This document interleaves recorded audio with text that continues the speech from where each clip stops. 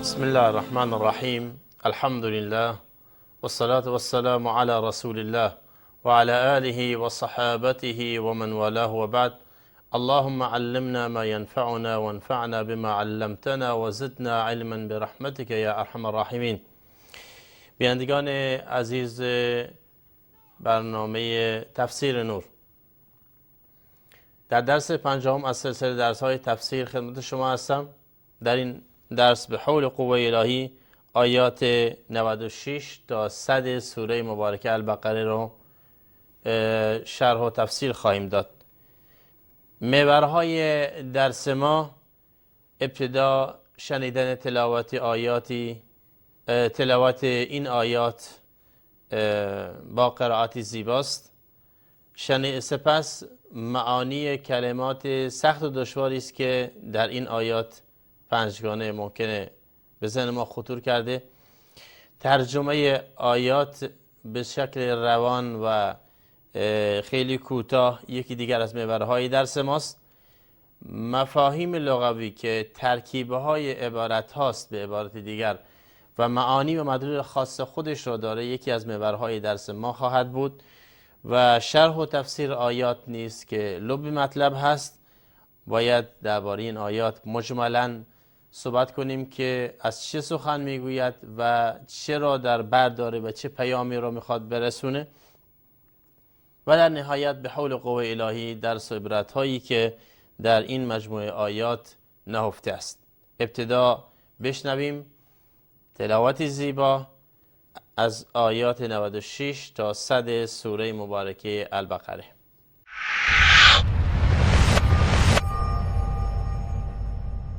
ولتجدنهم أحرص الناس على حياة ومن الذين أشركوا يود أحدهم لو يعمر 1000 سنة وما هو بمزحزحه من العذاب أن يعمر والله بصير بما يعملون قل من كان عدوا لجبريل فإنه نزله على قلبك بإذن الله مصدقا لما بين يديه وهدى وبشرى للمؤمنين من كان عدوا لله وملائكته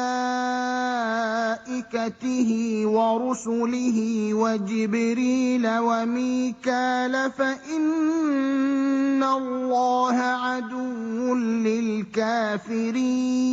للكافرين ولقد أنزلنا إليك آيات بينات وما يكفر بها إلا الفاسقون أوكلما عاهدوا عهدا نبذه فريق منهم بل أكثرهم لا يؤمنون. بله، همونطور که شنیدید اولین کلمه‌ای که در این آیات نهفته است ولتجدنهم، و البته خواهید یافت ایشان را یا آنها را، که مراد یهودیان است. گفته شده واو استئناف و لام در اینجا معنای قسم هست، یعنی جواب قسم، یعنی به خدا سوگند که البته به یقین خواهید یافت یهودیان را. اصلش از وجود میاد، این کلمه تجد از وجود هست، یعنی شما خواهید یافت.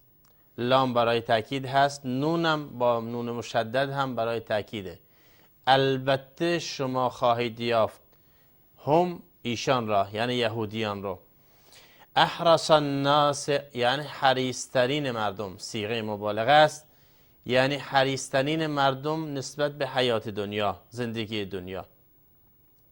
و یود یعنی دوست می‌دارد، لو یعمر اگر عمر طولانی می‌کرد، و این تمنا و آرزوی یهود است. الف سنه یعنی 1000 سال. به مزحزحه من العذاب یعنی دور کننده اش از عذاب آخرت. هدن یعنی هدایتگر. گفته شده قرآن هدایتگر قلب هاست در این دنیا به سوی حقایق واقعی دنیا که باید آن را باور کند و بهش ایمان بیاره. بشرا یعنی بشارت دهنده، صفت دیگر قرآن کریم هست، یعنی مؤمنان در آخرت به نعمتهای جاویدان بشارت و مژده میدهد، همچنان که در دنیا به زندگی سعادتمند و خوشبخت بشارت میده. از صفت قرآن هم اینه که در آخرت هم اونها را به نعمتهای جاویدان و ابدی مژده و بشارت بدهد. و اصل بشرا یعنی بشارت دهنده و مژده دهنده. جبریل یا به قرائت و عبارت دیگر جبرائیل نام فرشته معروف هست که یکی از فرشتگان عظیم و با ارزش و با قدر الهی است و در بارگاه خداوند ارج و منزلت خاصی داره و مشهور است به امین وحی، یعنی پیام آور الهی. از جانب خداوند مأموریت نزول وحی داشته بر تمامی پیامبران در طول تاریخ بشر. میکال در این آیه به قرائت حفص میخوانیم میکال، ولی به قرائت دیگر میکائیل هم خوانده می شود. نام فرشته معروف هست و این فرشته هم یکی از فرشتگان چندگانه معظم و مکرم و بزرگ است و با ارزش و با قدر، و ایشان مأموریت رزق و روزی و فرو فرستادن ابر و باد و باران برای خیرات دنیا بوده است و هست. آیات بینات ولقد انزلنا الیک آیات بینات. آیات بینات یعنی نشانه های واضح و روشن که منظور همون قرآن کریمه، که قرآن کریم از واقعیت های پرده برداشته که اگر انسان در اون غور و تفکر بکند به حقایق هستی دست مییابد و پی مییابد و سپس از اونجاست که حقیقت خودش را در این دنیا میشناسد و آخرتش را نیز باور میکند. الفاسقون جمع فاسق است از کلمه فسق، و فسق یعنی خروج از طاعت و پیروی و رو آوردن به گناه و معصیت. و در اینجا چون کفر به قرآن کریم هست، پس فسقی در اینجا فسق کفره، یعنی فسقی که انسان را از دایره ایمان خارج میکنه و از ملت اسلام بیرون می آورد. کلما یعنی هر بار، او کلما عاهدوا عهدا، اگر هر بار که ما ایشان یعنی یهودیان عهدی بستند. عاهدوا فعل هست و عهدنم و اهل لغت میگن که مصدر هست یا مفعول هست، مفعول مطلق، چون از همون مصدر گرفته شده، از همون فعل گرفته شده. عاهدوا عهدا، هر بار که یهود عهدی را میبستند چیکار میکردن؟ نبذه فریق منهم. نبذه فعل هست یعنی دور می انداختند، می شکستند عهد و پیمان خودشون را، باطل می کردند به هیچ بهانه‌ای. فریق منهم گروهی از یهودیان، و این نشانه آن است که تعدادی اندک از یهودیان اهل ایمان و اخلاص بودند و همه آنها فاسق و فاجر نبودند. با توجه به این معانی که از کلمات دشوار برای شما بینندگان عزیز گفته شد، میتونیم آیات 96 تا 100 سوره مبارکه البقره رو که 5 آیه است چنین ترجمه کنیم: ولتجدن احرص الناس على حیات و من الذین اشرکوا تا آخر آیه که معناش این میشه و البته خواهید یافت شما یهودیان را و همچنین کسانی که شرک ورزیدن را حریصترین مردم بر زندگی دنیا و دوست می‌دارند که اگر زنده می بودند که 1000 سال در این دنیا زندگی کنند، یعنی این تمنا و خیالشون هست، آرزوشون هست، حالان که این عمر طولانی او را یعنی اون کسی متمنی را، اون که آرزو میکند را از عذاب آخرت نجات نمیده و دور نخواهد کرد و الله بر آنچه که میکنند بسیار بیناست. آیه بعدش که آیه 97 است، الله سبحانه و تعالی میفرماید قل من كان عدوا لجبريل فإنه نزله على قلبك بإذن الله مصدقا لما بين يديه هدى وبشرى للمؤمنين.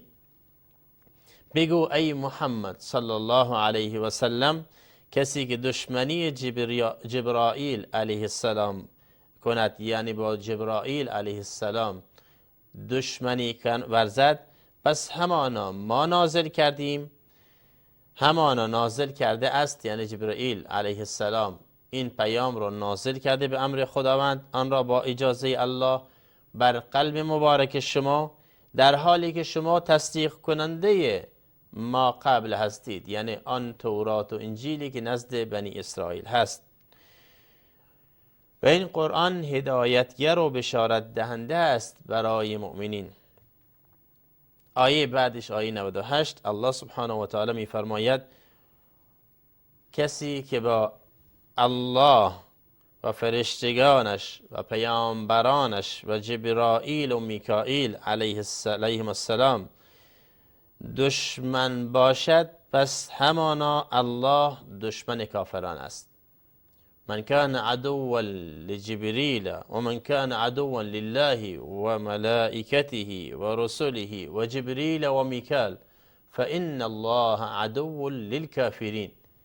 پس کسی که دشمن باشد با الله و فرشتگانش و پیامبرانش و جبریل و میکائیل و علیهم السلام، پس همانا الله دشمن است با کافران، یعنی دشمنی با هر کدوم از اینها کفر است و مبارزه با الله سبحانه و تعالی. آیه 99 آیه بعدش خداوند سبحان می فرماید ولقد انزلنا الیک آیات بینات، یعنی و همان ما نازل کردیم به سوی تو قرآن را که همان آیات بینات است. و ما یکفر بها الا الفاسقون، و کسی جز فاسقان بدان کفر نمی ورزد. و ما یکفر بها، و کفر نمی ورزد به این قرآن الا الفاسقون، مگر فسق کنندگان، مگر اهل فسق و فجور. که آیه 100 که آیه آخر درس ما هست فاسقان را چنین توضیح میده که او کلما عاهدوا عهدا نبذه فریق منهم بل اکثرهم لا یؤمنون. این فاسقان اونهایی هستند که هر بار که عهدی بستند با پیامبرشان یا با خدا، گروهی از آنها، نه همشون، گروهی از آنها آن عهد را شکستند، پس اکثرشان ایمان نمی آورند. در مجموعه این آیات ترکیب‌های نهفته است که جالب یکمی روش تاکید بکنیم قبل از شرح و تفسیر، وارد شدن به شرح و تفسیر. ولا تجدنهم، از مفاهیم زیبای قرآنی در این آیات عبارت ولا تجدنهم است. گفته شده این عبارت جواب قسمی است که حذف شده است و لذا با تأکید ذکر شده. و ادهم گفتن نه، این واو برای استئناف هست و در جواب مقوله ما قبل اومده که در شرح و تفسیر ذکر خواهیم کرد که چون اهل کتاب ادعا داشت، در آیات ما قبل اومده است که اونها میگفتن که آخرت برین و اون نعمتهای جاویدان بهشت از آن ماست، تنها از آن ما یهودیانه ده، هیچ کس نمیتونه از اون بهره ببره. قرآن بهش گفت اگر بهشون خطاب کرد و به این چنین اونها را بر اونها اتمام حجت کرد که اگر راست میگویید و چنین هست و چنین نعمتهای جاودان بهشتی منتظر شماست، پس چرا آرزوی مرگ نمی کنید؟ چرا آرزوی مرگ نمی کنید؟ زودتر برسید به اون آخرت و نعمتهای جاودان. شما که به این دنیا دلبستگی اونقدر زیاد دارید که از هیچ چیز این دنیا نمیگذرید. از همه مردم، حتی از مشرکین هم چی؟ به یک عبارت حریص‌تر هستید نسبت به این دنیا. احرس الناس، منظور از احرس الناس اینجا صیغه مبالغه است در لغت عرب و حریص‌ترین مردم نشان میدهد که یهود با وجود ایمانی که به دنیا و خدا و آخرت داشت، ولی باز هم وابستگیش به دنیا اونقدر زیاد بود و اونقدر علاقمند بود که حتی نسبت به مشرکین هم بدتر بود. حیات، احرس الناس علی حیات، حیات زندگی دنیاست، ولی به صیغه نکره وقتی اومده در این جمله اهل لغت میگویند معنا و مفهوم خاصی داره. حیات یعنی هر چیز این دنیا، حتی اندکترین و کمترین و بی‌ارزشترین چیز این دنیا هم برای اهل کتاب، برای یهودیان دوست داشتنی و علاقمند است. یعنی با حرص، با بخل، با آز و طمعی که دارند میخوان همه چیز را قبضه کنند و بقاپند و همه چیز را در اختیار خودشون داشته باشند. و به همین خاطر احرس الناس علی حیات هم نشانه تحقیر هست به اون چیزی که انسانها از این دیدگاه دنبالش هستند و هم از روش و اندیشه و دیدگاهی که اونها دنبالشند. یعنی هم حقارت اینجا به اون دنیا بستگی داره و هم به اون فکر و اندیشه و فرهنگی که صاحبش رو به اون میکشونه. ما میدونیم که دنیا زیباست و هر انسان مؤمنی باید دنیا را دوست داشته باشه. زین للناس حب الشهوات، باید به علاقمند باشد به هر چیز زیبا در این دنیا تا اینکه بتونه زندگی سعادتمند و خوشی داشته باشه. ولی این بدان معنا نیست که دلبستگیش اونقدر زیاد باشه که اگر یه روزی اونو ازش گرفتن سرخورده بشه و کارش به جایی برسه مثل بعضیا سکته بکنه، گوشه‌نشین بشه، همه چیز دنیا را از همه چیز دنیا دست بکشه. همطور که ما می‌بینیم بسیاری از انسان‌ها وقتی که در تجارت ورشکست میشن یا در یک پروژه یا در یک کار شکست میخورن، احساس میکنن دنیا به سر اومده، در حالی که اینطور نیست. خداوند روزی رسان هست و انسان باید افکارش و اندیشش و تجربهش رو به کار بگیره و از راههای دیگه کسب روزی بکنه و سعی و تلاشش را محدود به یک مجال و یک کار نکنه.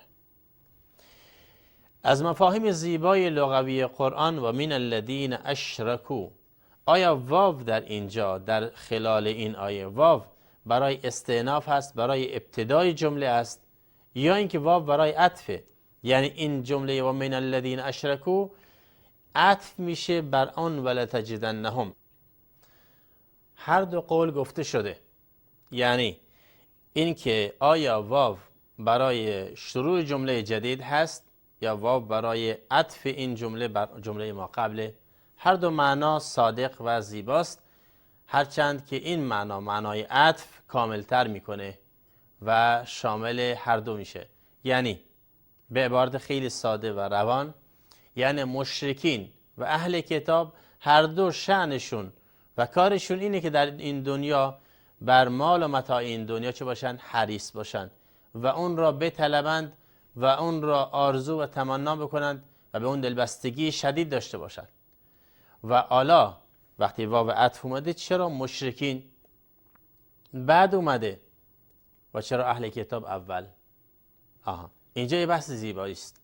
اهل کتاب ایمان به آخرت داره، مبحث جداست، اهل علم هست، میخونه، میداند، وحی براش نازل شده، پیامبر مبعوث شده. نمی بایست اونها با مشرکین در این فکر و اندیشه یکسان باشند. اجازه بدید یک میان برنامه ببینیم و دوباره برمیگردیم به ادامه بحث.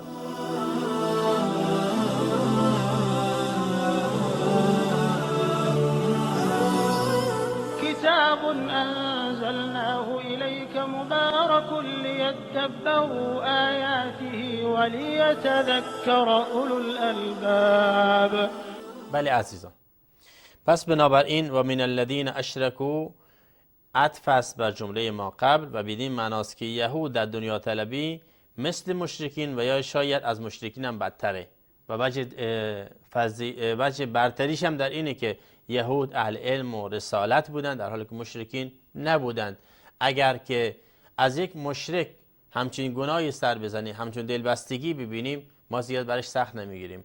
اما یه شخصی که اهل علم و رسالت و کتاب هست و معتقد به آخرت و میگوید من در آخرت از شما جایگاهم بهتر و برتر هست، من به چون یهودی هستم نعمتهای خداوند به من بیشتر میرسه در آخرت، چنین ایده و عقیده هایی کاملا باطل و باید نشون بده، یعنی عمل کرده دنیا باید نشون بده که ما واقعا چنین جایگاهی را داریم و در انتظارمون هست.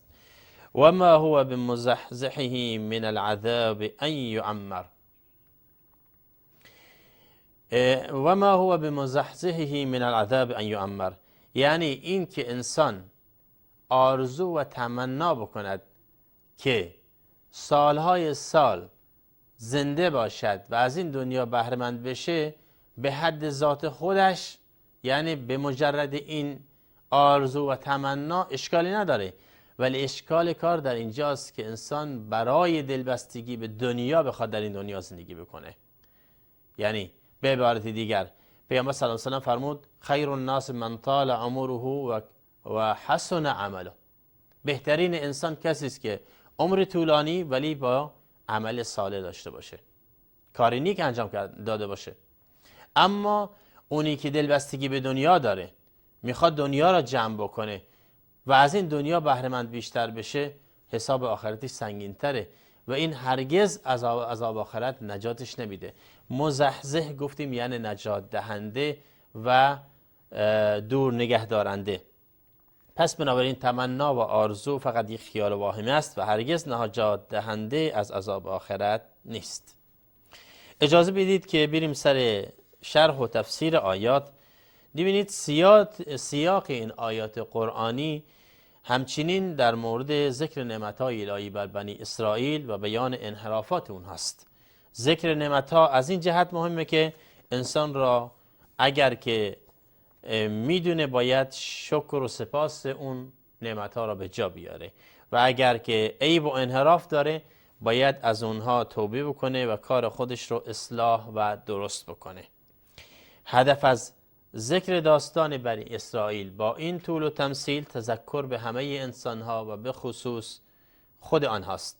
اهل کتاب اهل ایمان و رسالت بودند و لذا این استکبار و این انحراف از حق و حقیقت از آنها بسیار زشت و نادرست بود. حالا ارتباط این مجموعه آیات، آیات 96 تا 100 با آیات ما قبلش خیلی زیبا در اینجاست. کسانی که قرآن یا مصحف شریف دستشون هست باز بکنن میبینن که خدا میفرماید از اهل کتاب که قل ان كانت لكم الدار الاخره عند الله خالصه من دون الناس فتمنوا الموت ان كنتم صادقين ولا يتمنونه ابدا بما قدمت ايديهم والله عليم بالظالمين. سپس میفرماید ولتجدنهم احرص الناس على حیات. ارتباط بین این آیات خیلی زیباست. اونها مدعی بودند که در آخرت مکان و منزلتی بالاتر دارند و به اونجا میرسند.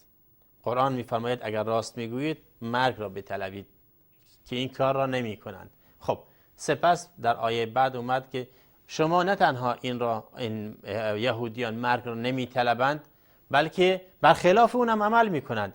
یعنی زندگی دنیاشون نشون میده که اونقدر مادیگرا هستند، اونقدر حرص و آز دنیا دارند، اونقدر بخیل هستند در خرج و هزینه کردن که میبینید یعنی یک انسانی است که میخواد سالهای سال زندگی بکنه. علی حیات، یعنی به تعبیر عربی گفته میشه که علی ابسط شیء، یعنی بر بی‌ارزش‌ترین و کمترین مال و متاع و منال دنیا هم چی هستن؟ حرص می‌ورزند و میخوان در چنگ بیارن، در حالی که یک انسان مؤمن با آخرت اینطور نیست. دستش بازه، دست دلش بازه. اگه درست کسب میکند به دست میاره، اما همه چیز واسه خودش نمیخواد.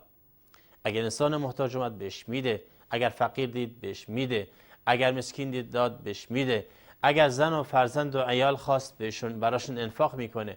ولی به شرطی که قصد ریا، قصد شهرت، قصد به رخ دیگران کشیدن و منت رو سر مردم گذاشتن نداشته باشه، چون این دیگه انصاف نیست و این دیگه از اسلام نیست.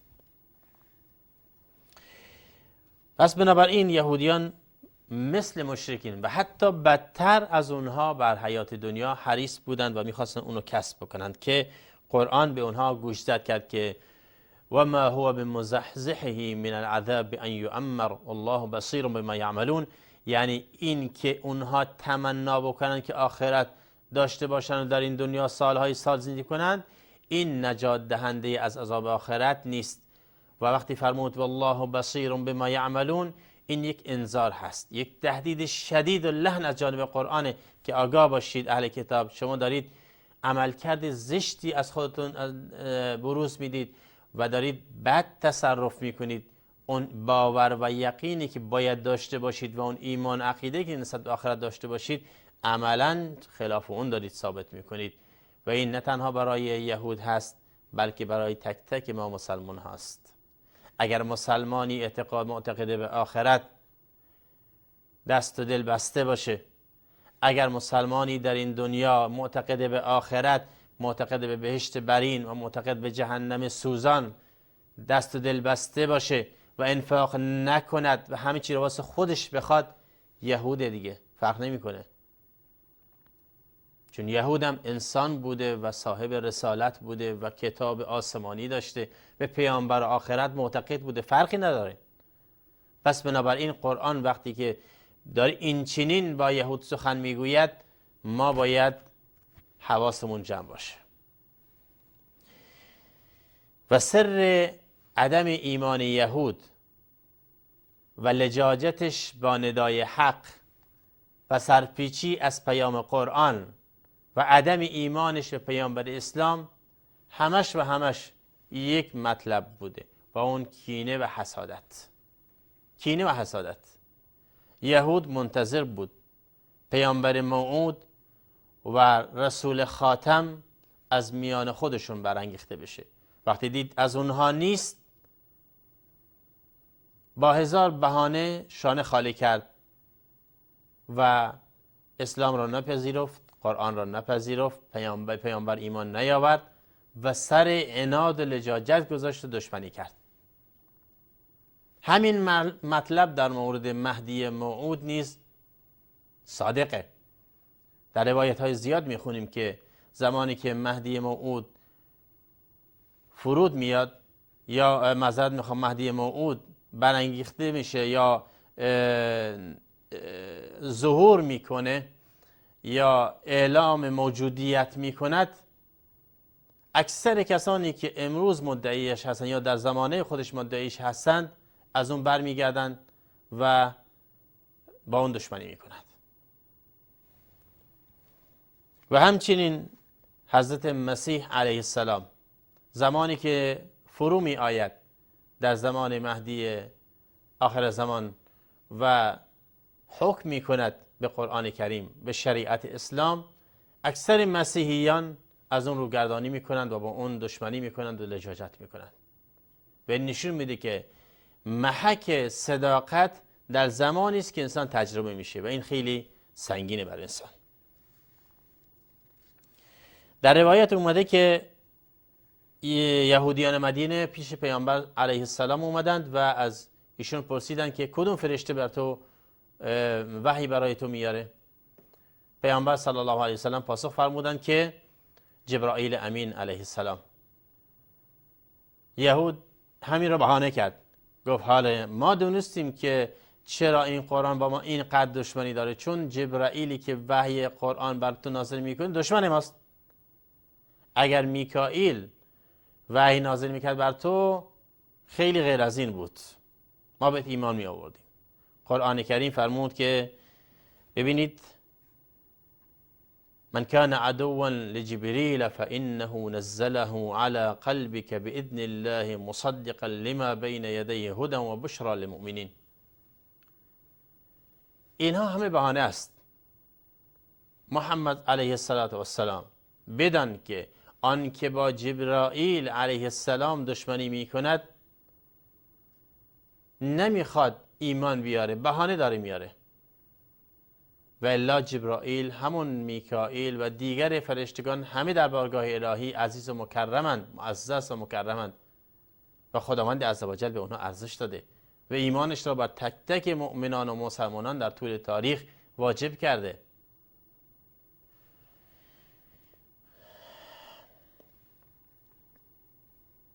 اینجا بود که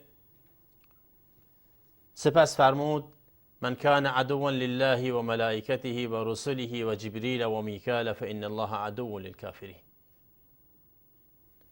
یعنی اگر کسی دشمنی کند با خدا و فرشتگانش و پیامبرانش که از جمله فرشتگان جبرائیل و میکائیل هست، ولی قرآن به وجه اختصاص هر دو را ذکر کرد، چون یهود بین این دوتا تفریق مینداختن، میگفتن میکائیل دوست ماست و جبرائیل دشمن ماست. خدا فرمود هر کس به اینها کافر شود بدانید که خداوند با آنها دشمن است. یعنی تفریق و اختلاف قائل شدن بین اینها خودش یک نوع کفره. در نهایت این درس باید عرض کنم که قرآن کریم زیبا همه این مسائل را جمع بندی کرد و فرمود ولقد انزلنا الیک آیات بینات وما یکفر بها الا الفاسقون. ما آیات بینات را بر تو نازل کردیم. اونقدر واضح و شفاف قرآن سخن گفته که بهانه‌ای واسه هیچ کس نگذاشته. ایمان به فرشتگان، ایمان به پیامبران، ایمان به کتاب‌های الهی در طول تاریخ، ایمان به جهان آخرت، ایمان به ذات الله باری تعالی، همه اینها را شفاف و واضح بیان کرده. اون که اهل ایمان هست و اهل صدق و اخلاص ایمان میآورد و باور میکنه و اون که اهل عناد و لجاجت سعی میکنه که راه فسق رو در پیش بگیره. فسق یعنی خروج از طاعت. به همین خاطر او کلما عاهدوا عهدا نبذه فریق منهم بل اکثرهم لا یؤمنون، همین نهایت بحثه که فرمود آیا هر بار که عهدی بستند، هر بار که بلایی بر سرشون نازل اومد، هر بار که مورد امتحان الهی قرار گرفتن، یهود اومدن با پیامبرشون تجدید عهد کردن و توبه کردن از گناهان گذشتهشون و با خدای خودشون عهد بستن، دوباره عده زیادی از اونها چیکار کردن؟ راه عناد و لجاجت در پیش گرفتن، راه کفر در پیش گرفتن. ما مسلمان ها از اونها نباشیم. در روایت صحیح آمده است از پیامبر اسلام صلی الله علیه و سلم وقتی در دل شبها برای نماز شب، برای قیام اللیل بیدار میشد، این دعای زیبا میکرد: اللهم رب جبرائیل و میکائیل، اللهم رب السماوات، رب جبرائیل و میکائیل و اسرافیل. این سه فرشتگان معزز و مکرم را پشت سر هم ذکر می‌کنه. پروردگارا، بارلاها، ای پروردگار جبرائیل و میکائیل و اسرافیل، رب السماوات، فاطر السماوات والارض، عالم الغیب والشهاده، ای خلق کننده آسمان ها و زمین، ای عالم بغیب و شهادت، انت تحکم بین عبادک فیما كانوا فیه یختلفون. شما روز قیامت حکم میکنی، قضاوت میکنی بین بندگانت بر اون چیزی که با هم دیگر اختلاف داشتن در دنیا. اهدنی لما اختلف فیه من الحق باذنک، بر آن چیزی که از حق از جانب تو هست با اذن و اراده خودت مرا به سوی آن راهنمایی کن. انک تهدی من تشاء الی صراط مستقیم، همانا تو هدایت میکنی به سوی راه راست. در حدیث قدسی آمده است که من عادى لی ولیا فقد آذنته بالحرب، فقد آذنته بالحرب. کسی که با ولی و دوستدار من دشمنی کند، او را به مبارزه میطلبم، به جنگ میطلبم. و میدونید که فرشتگان نزد بارگاه الهی معزز و مکرم هستند. در غیر این صورت ما باید هر نوع تفرقه و هر نوع اشتباه را بر خودمون یک نوع گناه تلقی کنیم. درس و عبرت هایی که در این مجموعه آیات نهفته است، درس و عبرت هایی که در خلال این آیات 96 تا 100 سوره مبارکه البقره نهفته بود، چنین را میتونیم خلاصش کنیم. درس اول تناقض یهود در ادعا و عمل بود. یعنی یهودیان در ادعا چیزی میگفتن و در عمل چیز دیگه عمل میکردن و این آفت بسیار بزرگ دنیای بشریت در معتقدات هست. دنیا پرستی یهود کاملا با ادعای ایمان و اعتقاد به آخرت منافات داشت و این چیزی است که نبایست وجود داشت در فرهنگ دینی هر انسان مسلمان. بهانه‌های یهود برای پذیرفتن اسلام اونقدر زیاد هست که قرآن بارها بر اون تأکید کرده و یکی از اونها تفریق انداختن در ایمان به بعضی از فرشتگان و کفر ورزیدن به بعضی دیگر و یا نپذیرفتن اونهاست که این اصلا قابل قبول نیست. همه فرشتگان الهی معزز و مکرم هستند و اهل ایمان باید همه اونها را بپذیرند و به اون ایمان داشته باشند و اونها را محترم شمارند و بر اونها صلات و سلام بفرستند. تا درس دیگر شما را به خدا میسپارم. امیدوارم که استفاده کرده باشید. خدا یار و نگهدارتان و السلام علیکم و رحمت الله و برکاته.